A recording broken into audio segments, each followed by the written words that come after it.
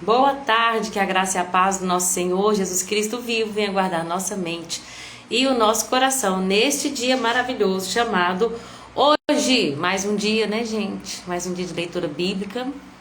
Graças a Deus por isso. Mais um dia para eu poder compartilhar a verdade das Escrituras. É um prazer para mim estar aqui.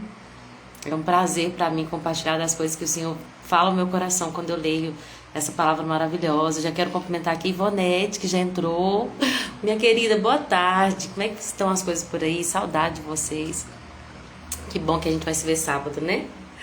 Gente, vamos falar das Escrituras? Hoje nós estamos lendo o livro de Ruth. Esse livro, gente, é poderoso demais, meu Deus. A Bíblia, ela mostra, ela revela o amor de Deus. Nós temos, gente, um estereótipo, né? Nós vemos uma pessoa e pelo que nós vemos, nós pensamos, esse aí sim, esse vai direto pro céu. Esse aí vai ter uma vida, esse é homem de Deus, essa é mulher de Deus.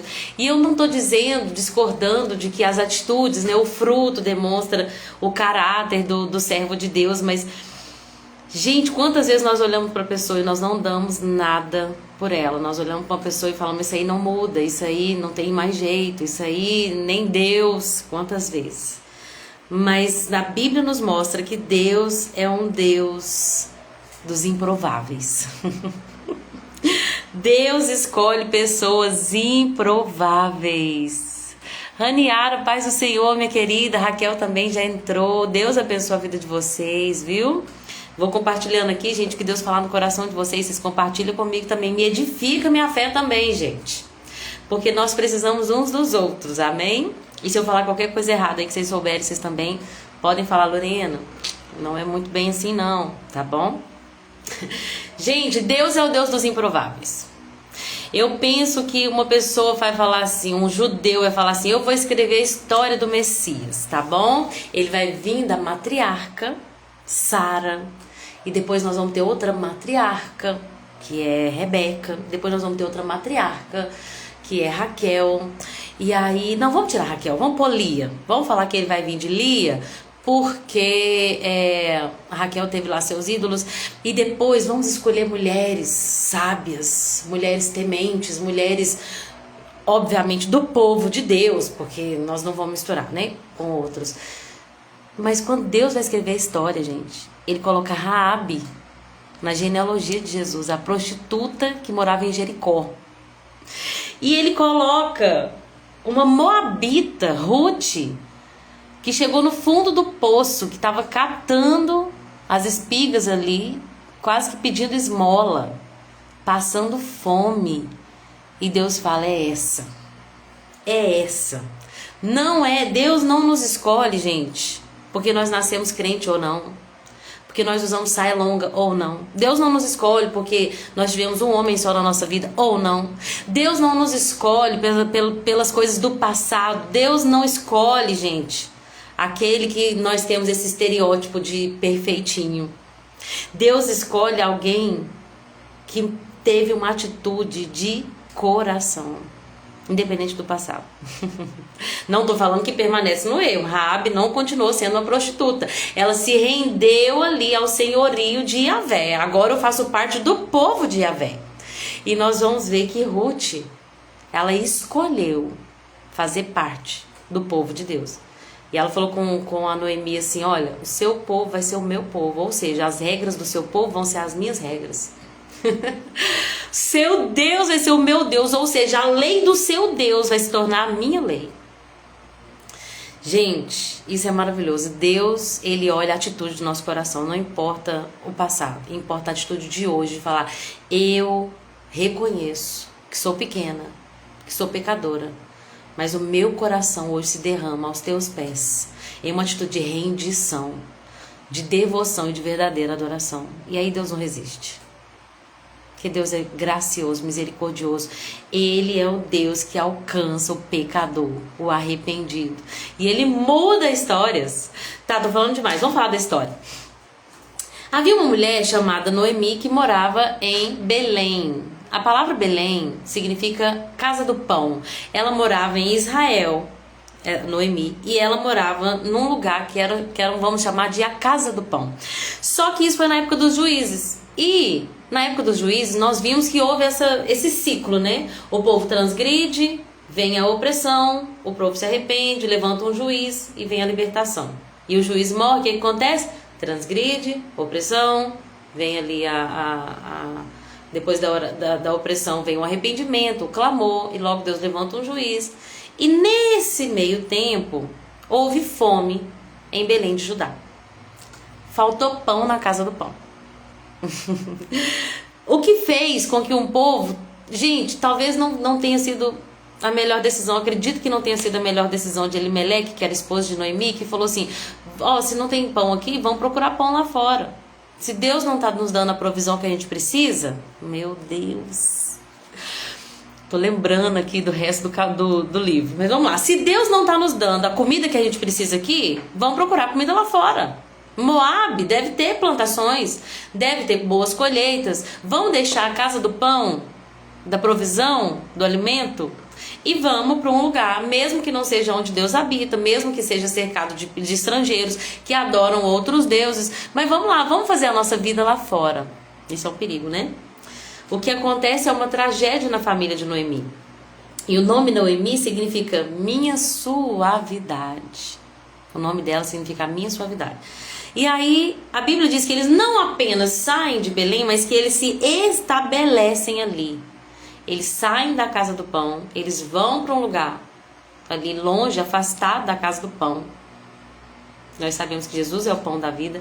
Ele saiu daquele lugar e ele vai para um outro lugar de pecado, aonde é mais rápido, aonde eu conquisto as coisas com minhas próprias mãos, aonde é mais fácil. Só que eles não apenas saem, mas eles se estabelecem ali. A versão que eu estou lendo é a NVT, versículo 2 do capítulo 1.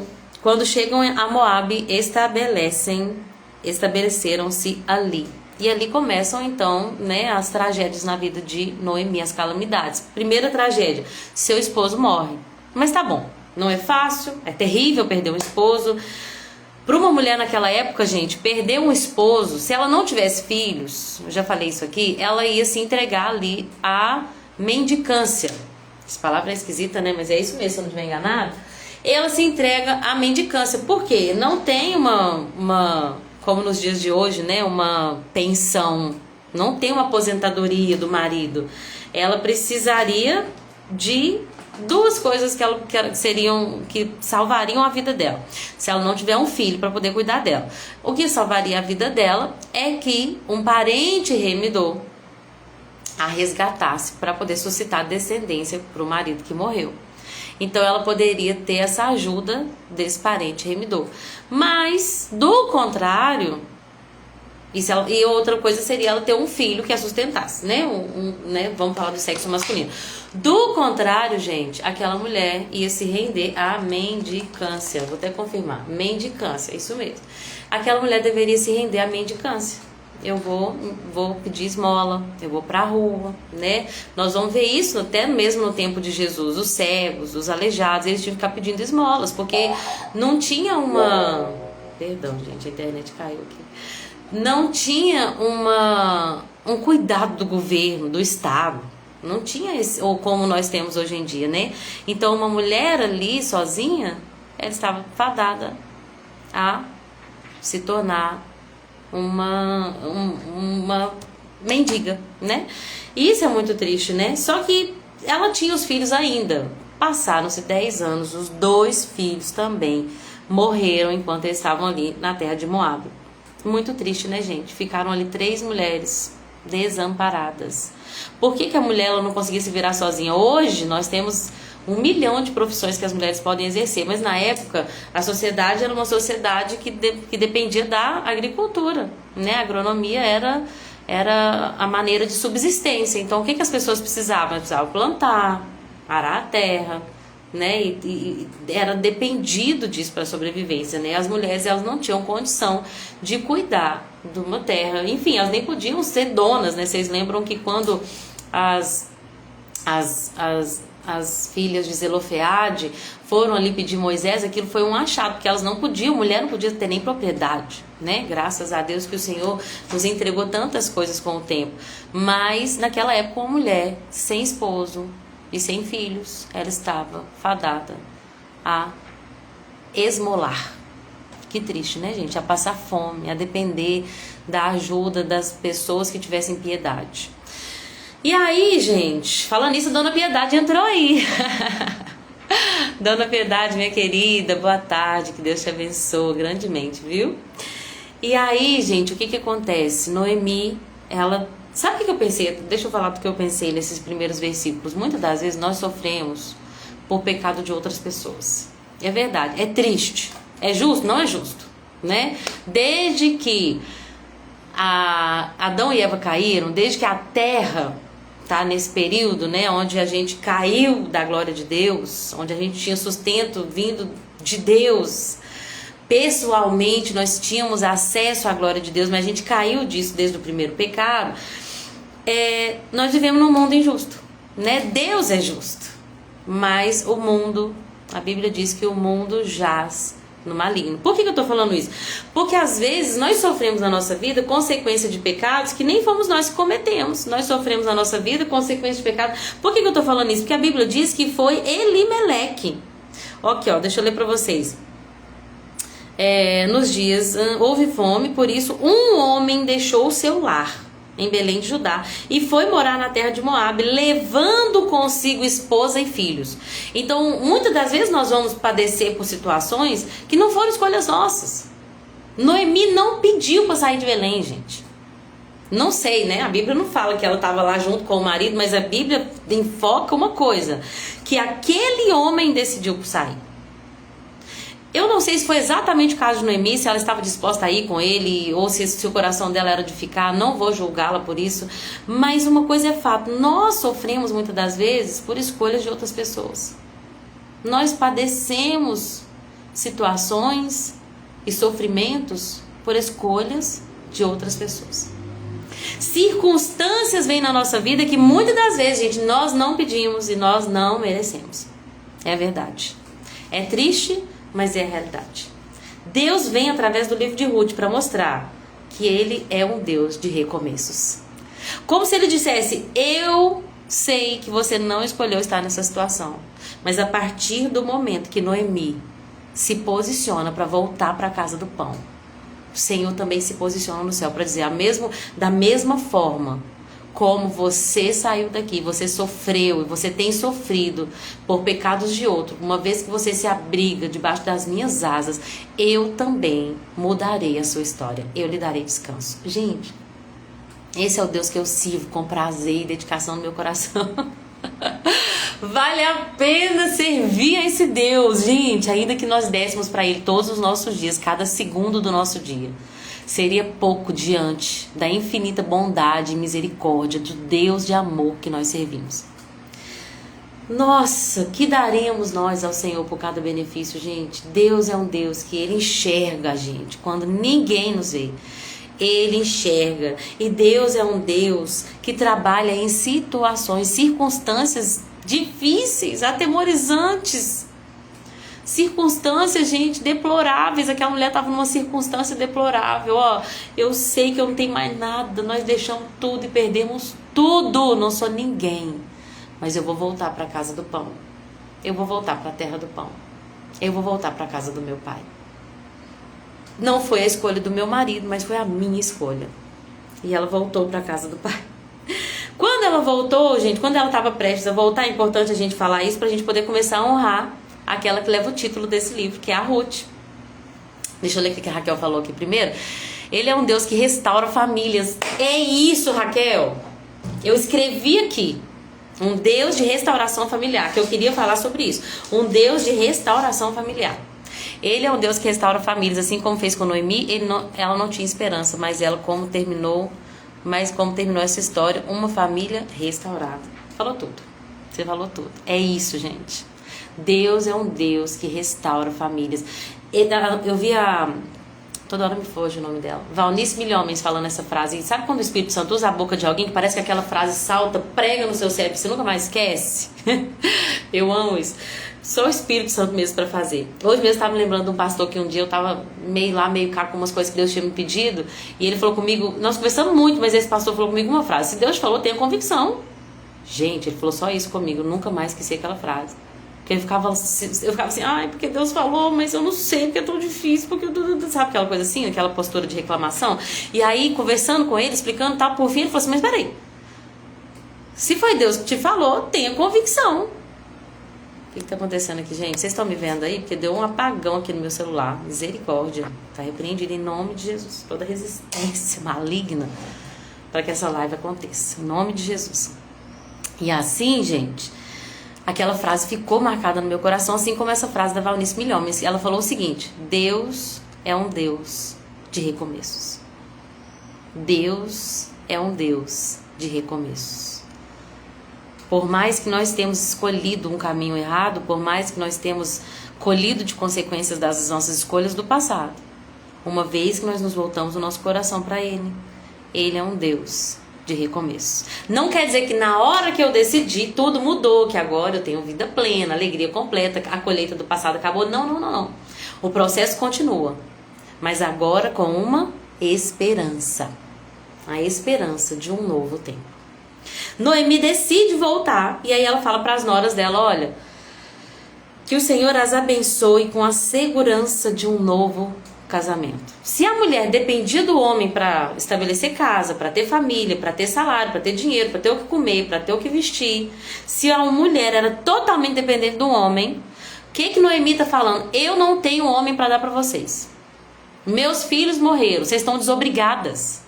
Vá procurar segurança em outro casamento. Vá procurar um novo compromisso, uma nova união, uma nova aliança, porque nessa aqui eu não posso te assegurar de nada. Procure a segurança de um novo casamento. E ela insiste ali com elas. Órfã fala assim: não quero ir não, mas depois de muita insistência ela fala: então eu vou. Então eu vou, né? Vou começar minha vida em outro lugar, porque aqui já não deu certo mesmo. Mas Ruth não, gente.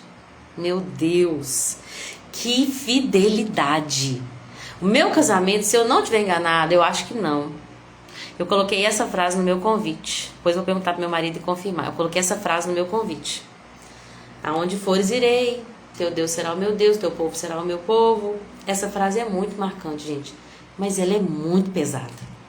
Quando nós fazemos uma aliança através do casamento, por exemplo, nós estamos dizendo: olha, eu estou deixando a minha mãe e o meu pai, eu estou deixando a minha casa, e a partir de agora a sua casa é a minha casa.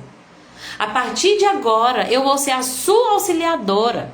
A partir de agora eu serei sua intercessora. Eu te ajudarei, eu te farei feliz. Deveria ser esse o posicionamento de ambos os lados, né? Eu estou casando para fazer o outro feliz. A mulher submissa ao seu marido e o homem amando a esposa como Cristo amou a igreja, a ponto de dar a sua vida por ela. Pronto, casamento perfeito, né? Se fosse fácil, não haveria divórcio, não haveria ninguém passando problema no casamento. Nós sabemos que não é fácil, mas é o modelo que Deus deixou para nós.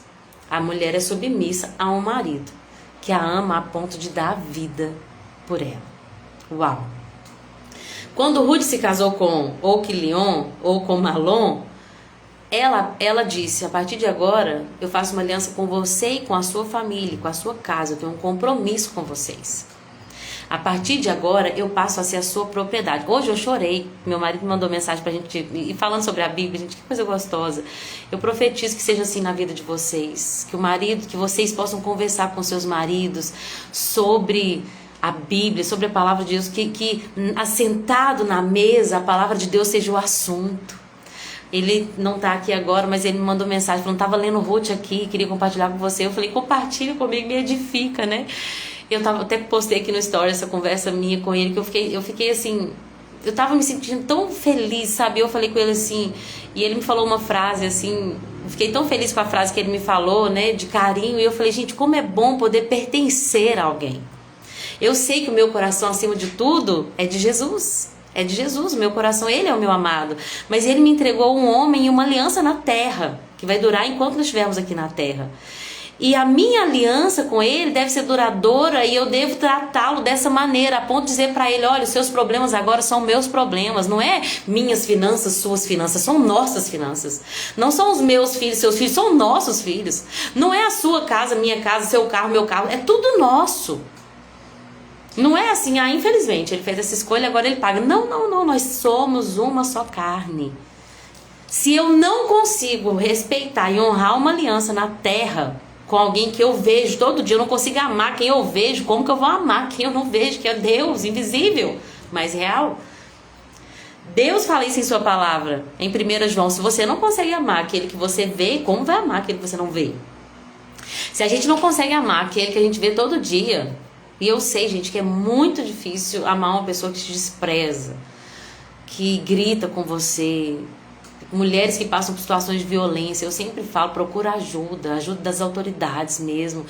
É muito sério isso, não dá pra gente falar assim no geral, você tem que amar e se ele te bate, continua amando, se ele te agride, não tem problema. Não é isso, não é isso. Esse caso aí de agressão, de violência, é um caso de autoridade. Procura ajuda e não fica nessa casa sendo ameaçada, não. Feminicídio é um problema real.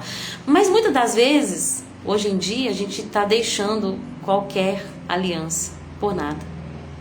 Meu marido não é crente, vamos fazer o seguinte, vou terminar com ele, vou procurar um homem da igreja para nós ter um ministério, para nós servir, pra gente, gente, vou falar um negócio pra vocês, só pra vocês aqui, não conta pra ninguém não, tá? Fica só entre nós. Então uma coisa que me irrita é esse comentário, eu vou casar pra fazer a obra. Gente, isso me irrita. Você não tá entendendo que o casamento é a obra de Deus na terra, é família. Tem gente que só quer o papel para falar assim, eu vou sair desse lugar de amigada para poder pegar o microfone e aparecer numa igreja. Gente do céu, eu sei que vai ficar só entre nós aqui, tá? Mas me irrita. Porque Deus não tá procurando pessoas que querem fazer alianças por interesses. Deus quer pessoas que vão entrar em alianças e vão ser fiéis a essa aliança, como Ruth foi fiel à sogra dela, gente.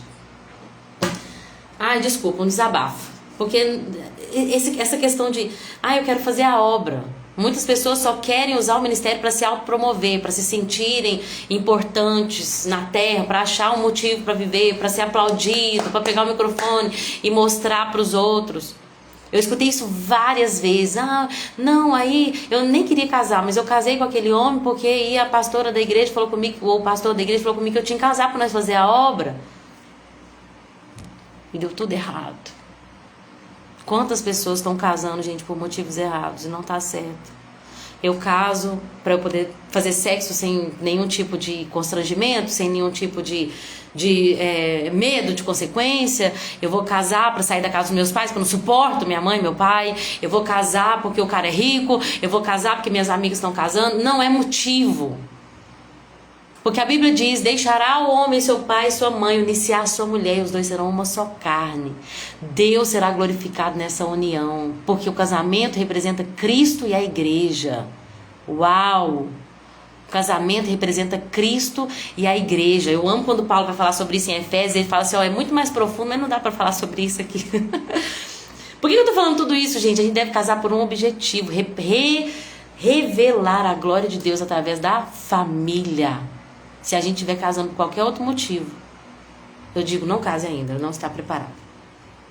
Eu casei com 19 anos e eu sei que foi a graça de Deus, porque eu era muito jovem. Foi a graça de Deus, mas eu sei que o Senhor estava ali, sabe? Nos ajudando, nos ensinando. Eu aprendi muita coisa com o tempo, mas só hoje eu entendo verdadeiramente o propósito do casamento.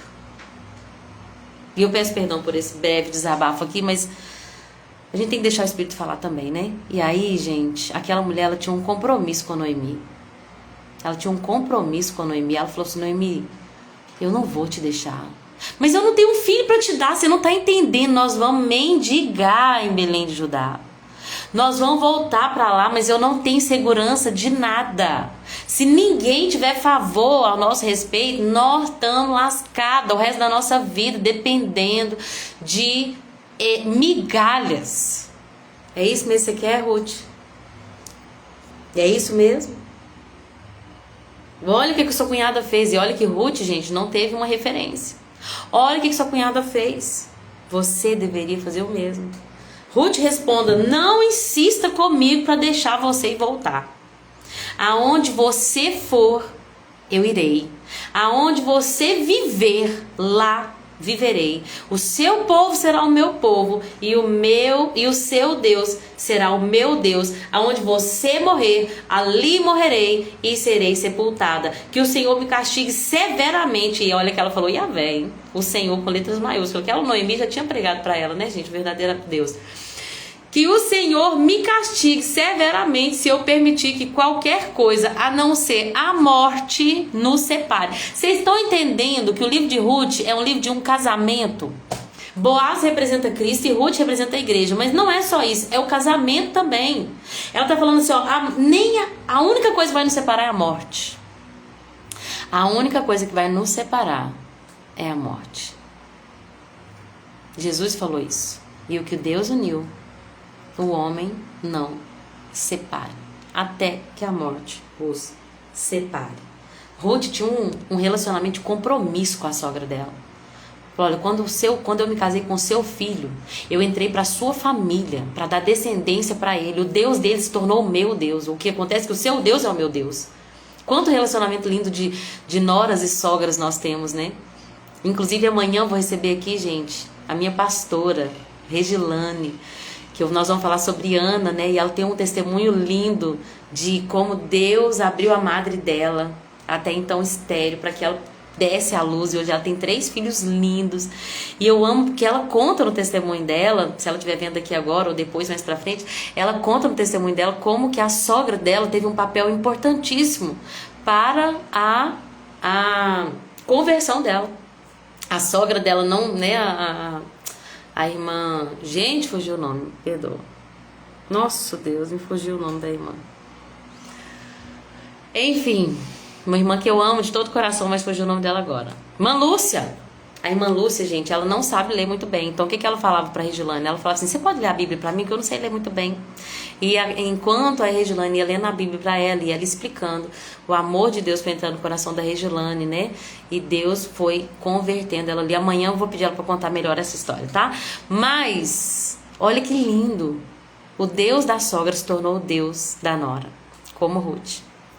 E aí, gente, vou ter que resumir porque eu falo muito, né? E aí, quando elas voltam para Belém, Noemi vai falar assim, olha, agora vocês não vão me chamar mais Noemi, vocês vão me chamar de Mara.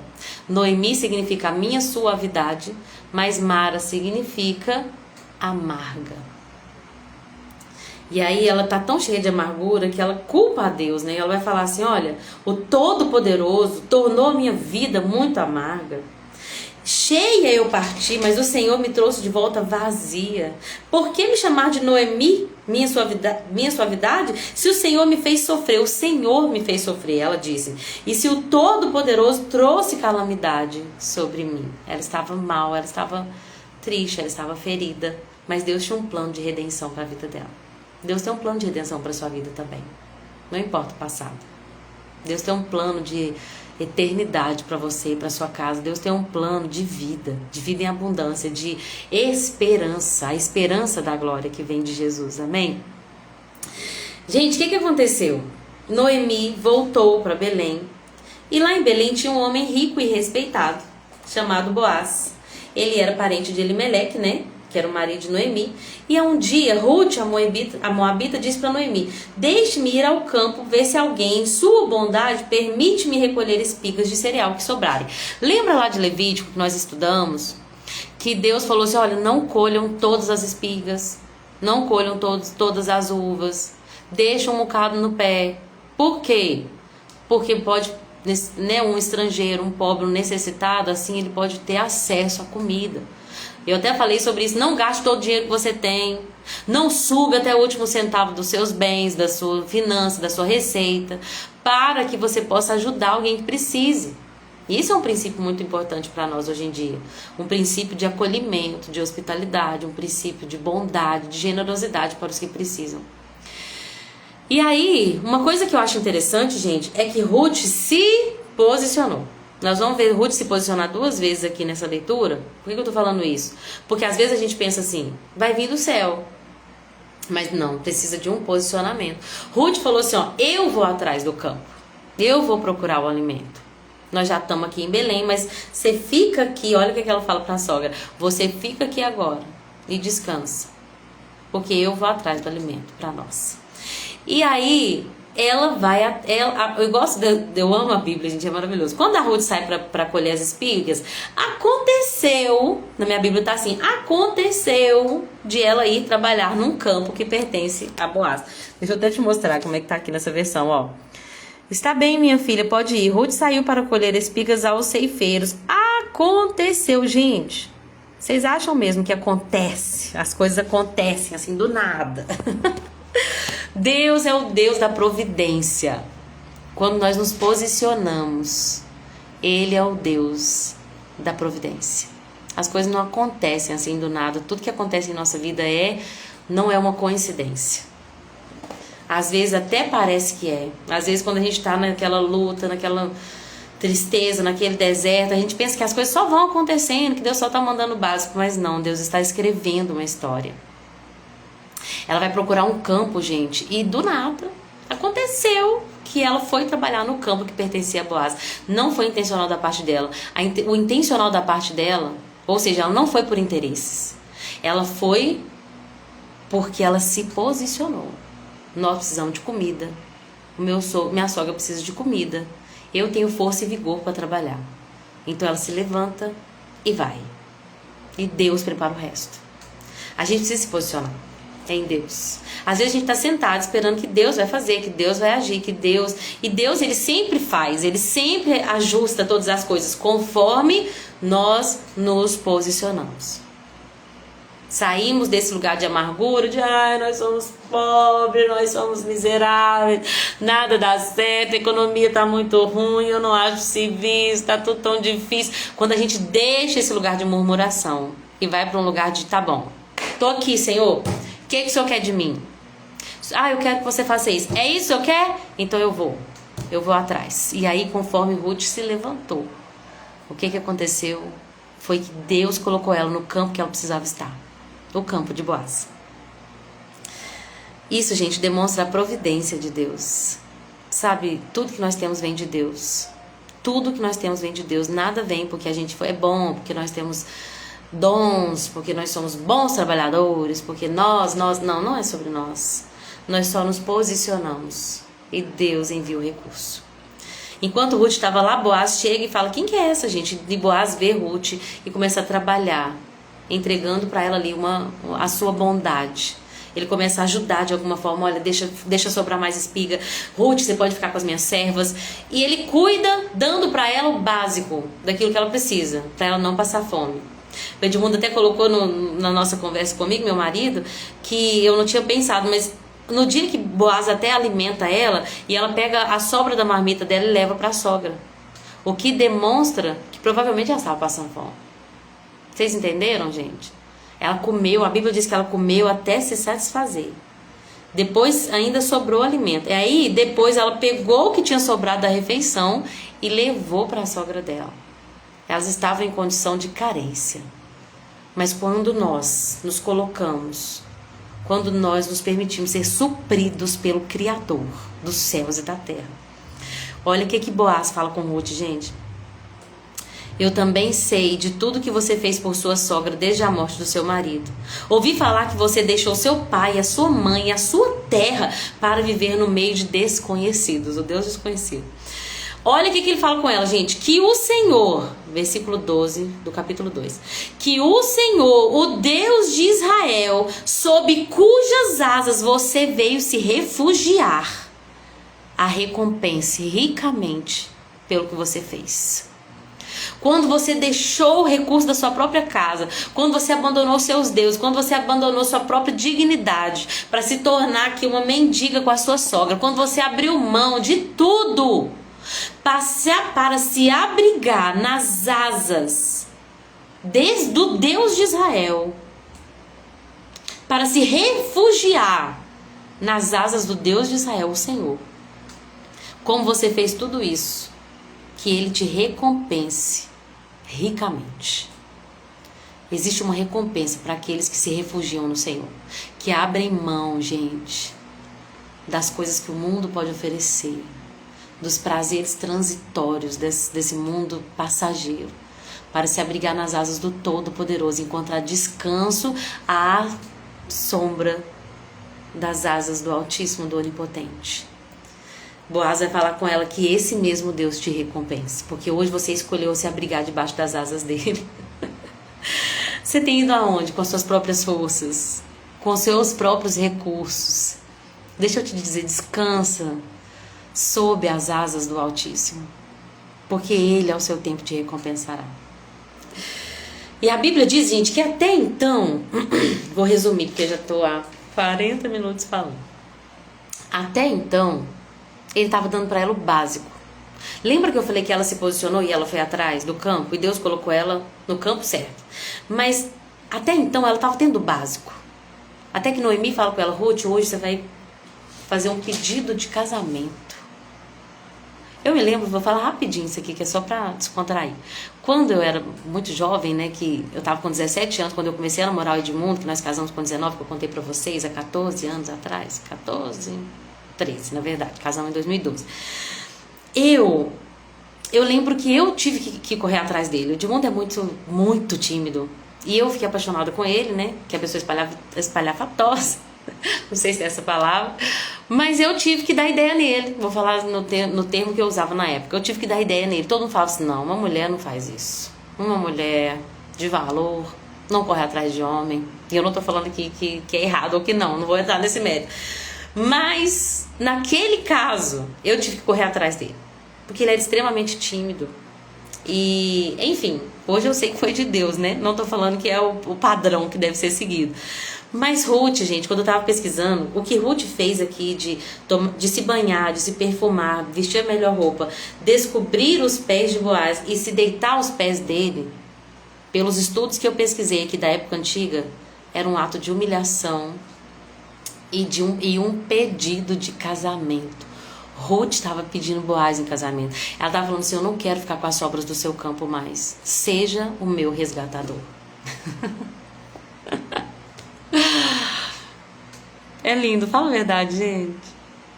Jesus, ele tem para nós coisas para nos oferecer, mas vai chegar um momento que ele fala, eu não quero as coisas que o Senhor tem para me oferecer, eu quero casar com você. Eu quero ser a tua noiva.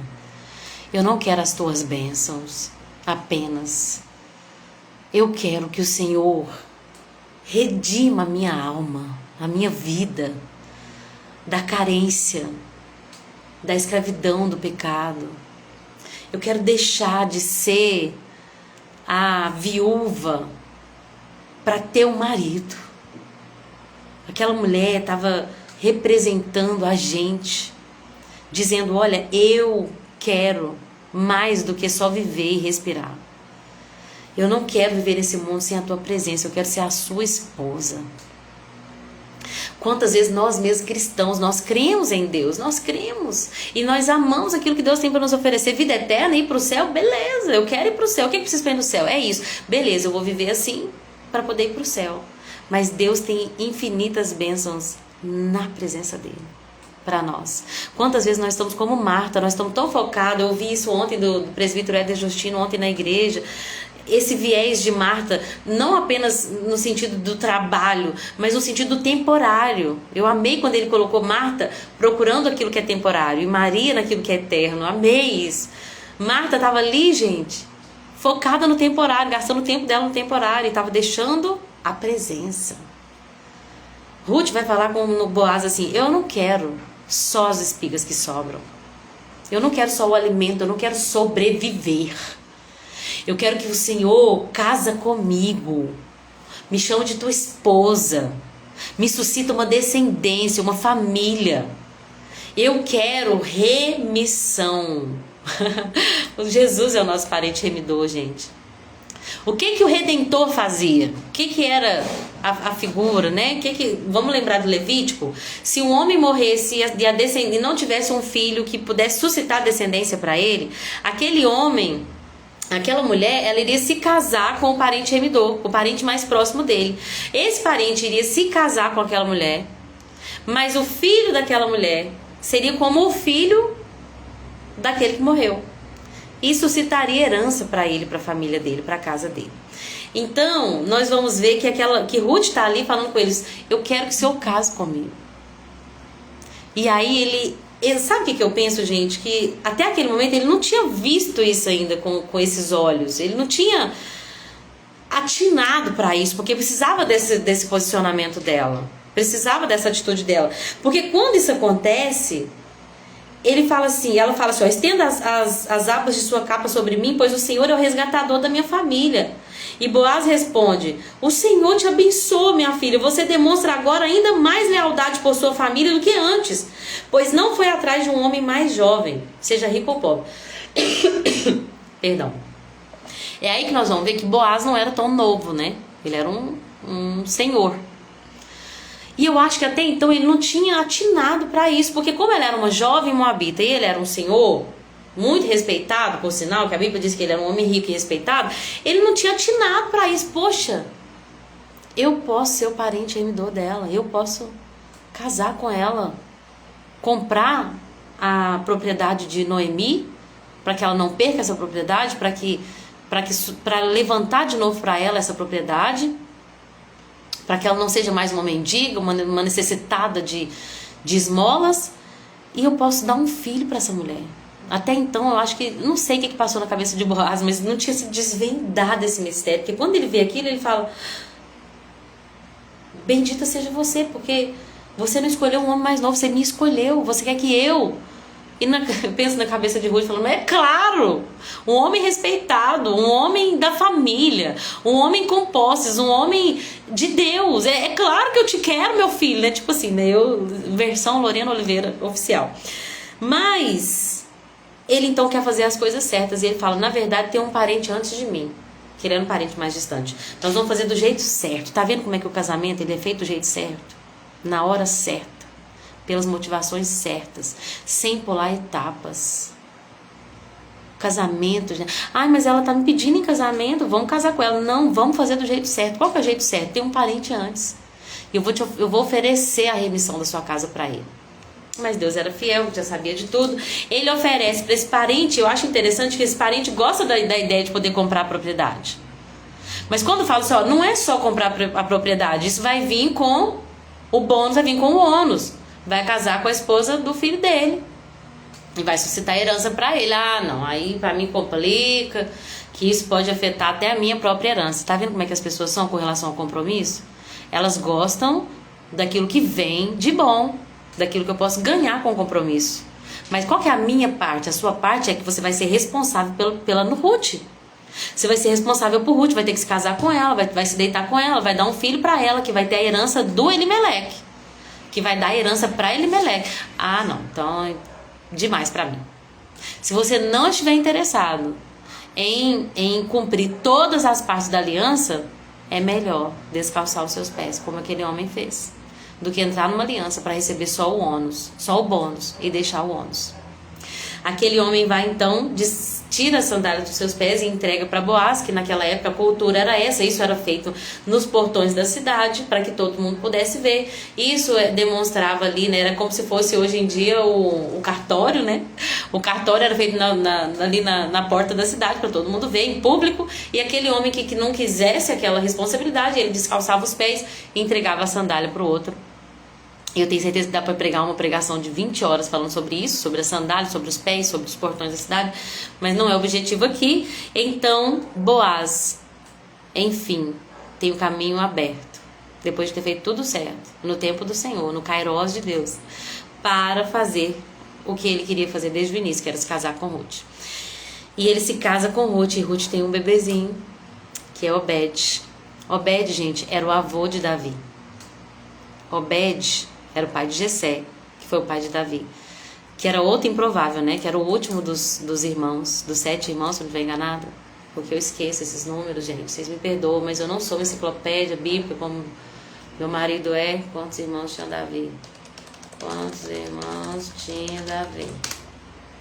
7, isso mesmo. Davi tinha 7 irmãos mais velhos, ele era o 8º e muitas vezes, né, tido como filho bastardo. Deus é o Deus dos improváveis ou não é? Quantas vezes você está falando assim, porque eu não dou conta, porque eu sou fraco, porque eu sou isso, eu sou aquilo, eu não tenho isso, eu não tenho aquilo. Deus está falando, não importa o que você tem, importa o que eu faço através da sua fraqueza. Importa o que eu tenho para você. Então Ruth foi a bisavó de Davi. Mais do que apenas ser a bisavó do rei que traria uma linhagem eterna sobre Israel, porque depois de Davi, né, mesmo com a separação do reino, depois de Davi toda a sua descendência foi rei ali em Israel. Mas chegou o dia que nasceu o verdadeiro rei, o leão da tribo de Judá. Jesus vem da linhagem de Ruth. Ruth entrou na genealogia de Jesus, gente. Você quer coisa melhor? Uma moabita que nasceu num país estrangeiro, provavelmente adorou muitos deuses moabitas, mas agora decidiu que Deus seria o seu Deus verdadeiro, que não iria adorar outros deuses, que mudaria sua vida por causa do amor a esse Deus. E aí Deus fala assim, é isso que eu quero, é esse coração. A partir de agora você foi redimida e você vai entrar para a genealogia, você vai ser ancestral do Salvador, o homem mais importante, o Deus homem encarnado. O homem mais importante de toda a história, antes, no nosso tempo e depois dos nossos tempos. Essa é Ruth. Sabe o que eu acho lindo? Que Deus é um Deus que restaura, porque quando Noemi, eu vou falar outra coisa depois, eu não posso esquecer. O que eu ia falar, gente? Lembrei de Boaz. Mas deixa eu falar sobre isso. Quando Noemi pega aquele bebezinho no colo, Obedinho, ele fala assim, ela fala assim, Noemi pegou o bebê, aninhou-o junto ao peito, passou a cuidar dele como se fosse seu filho. As mulheres da vizinhança disseram, Noemi tem um filho outra vez. E lhe deram o nome de Obed, que é o pai de Jessé, que é o pai de Davi. Gente, Noemi teve uma restauração completa, porque ela voltou para a casa do pão. Ela voltou, ela se posicionou e Deus restaurou a alegria dela de amarga para uma mulher de novo, mãe de filhos. Deus suscitou família para ela, a família dela ia acabar, vocês estão entendendo? Elimeleque não teve filho, acabou a descendência, acabou, não. Deus, como a Raquel falou aqui, Deus é um Deus que restaura famílias. Ele não desiste de nenhuma família, Ele é um Deus que restaura. Deus pode restaurar, seja qual for a sua situação. Deus usa circunstâncias. Não quer dizer que sempre vai ser bom. Vai ter dia que vai ser difícil, a gente vai ficar amargo e deprimido. Mas se nós nos posicionarmos, se voltarmos para o Senhor, se chorarmos aos pés dEle, Ele nos dá de novo o que nós precisamos, o alimento da presença dEle, que é melhor do que 7 filhos, que é melhor, gente, do que tudo. A presença de Jesus, ela nos supre.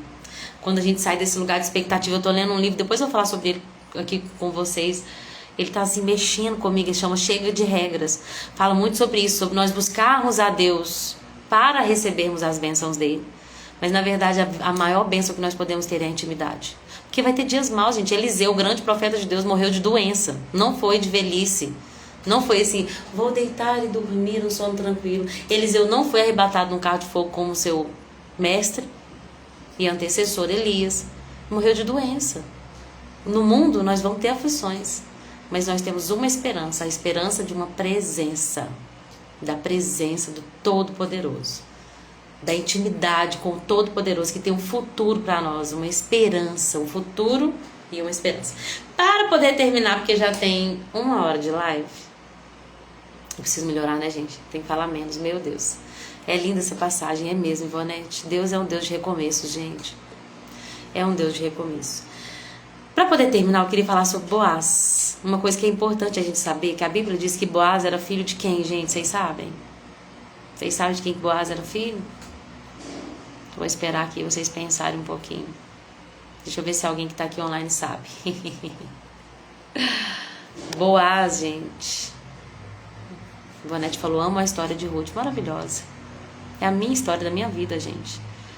Um Deus que me aceitou quando eu disse sim para Ele, me resgatou do pecado, das trevas, da morte eterna, para ser a esposa dele, a esposa do Cordeiro.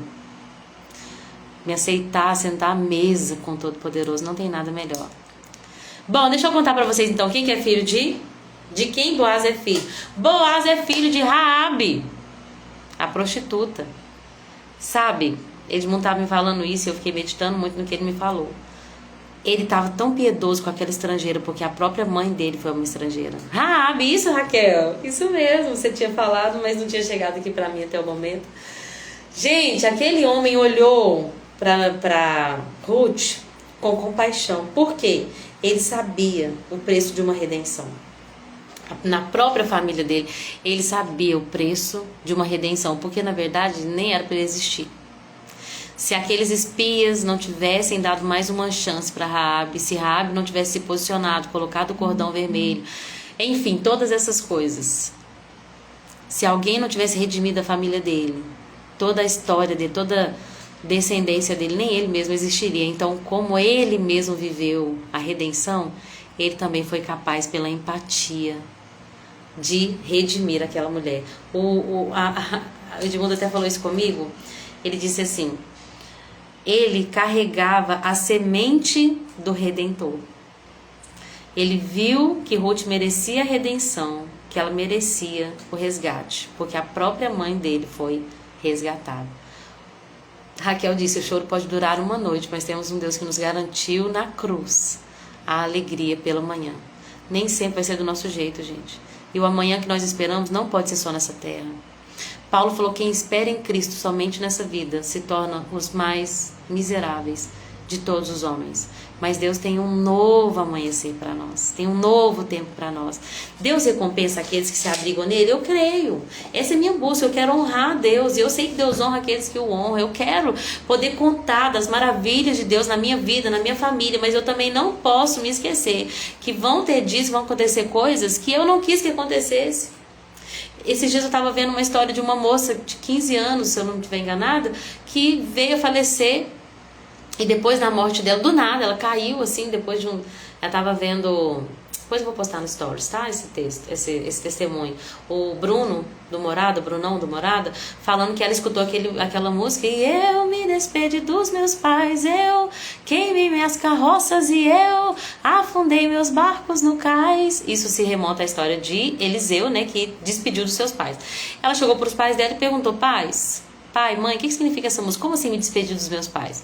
O pai contou a história de Eliseu, eles se abraçaram, ela deu 10 passos e caiu morta. Aquilo ali foi uma despedida. E ela tinha uma célula na escola, ela tinha um trabalho na igreja com os jovens, e depois que ela morreu, houve um avivamento ali. Será que nós estamos dispostos a dizer: Senhor, pelo teu reino, a minha aliança é contigo, meu compromisso é com você, Jesus. E se para te fazer feliz, se para colaborar com o teu reino eu tenho que passar por situações adversas, não importa o que nós temos que passar. Como Ruth disse: meu Deus será o seu Deus, o meu povo será o seu povo, o teu reino será o meu reino. E nós precisamos sair desse lugar de imaturidade, de achar que que nós temos que buscar a Deus só para que Ele nos dê coisas e bênçãos materiais. Porque Deus tem uma redenção eterna para a nossa vida. Amém? É isso que eu queria falar no dia de hoje. A live ficou enorme. Mas eu sei, gente, de todo coração, que é Deus quem envia a palavra. E eu oro para que cada palavra que foi pregada aqui alcance quem deve alcançar. Quero honrar a vida das meninas que ficaram aqui o tempo todo, né? Ivonete, a Raquel e a Dona Piedade. Eu espero que tenha sido edificante para vocês. Obrigada por também compartilhar comigo aquilo que Deus colocou no coração de vocês. E vamos seguir. O que Deus espera de nós, o que nós temos que aprender com Ruth é um compromisso com Ele, com o reino dele. Apesar dos pesares. Um compromisso verdadeiro com Jesus e com o reino dele na terra. Amém? Deus abençoe a vida de cada uma de vocês. Beijo, gente. E até amanhã. Lembrando que amanhã nós vamos ter um convidado especial, que é a Regi, minha amiga, minha pastora. Vai contar esse testemunho maravilhoso da vida dela. Não se esqueçam. E se você sentir no coração de compartilhar essa live, compartilhe com alguém, com alguma Noemi que tá se tornando assim a Mara. Sabe aquela Noemi que tá numa fase que ela se chama de Mara? Encaminha essa mensagem para ela. Se você sente que tem alguma Ruth também que tá precisando de um fortalecimento, olha, vai passar.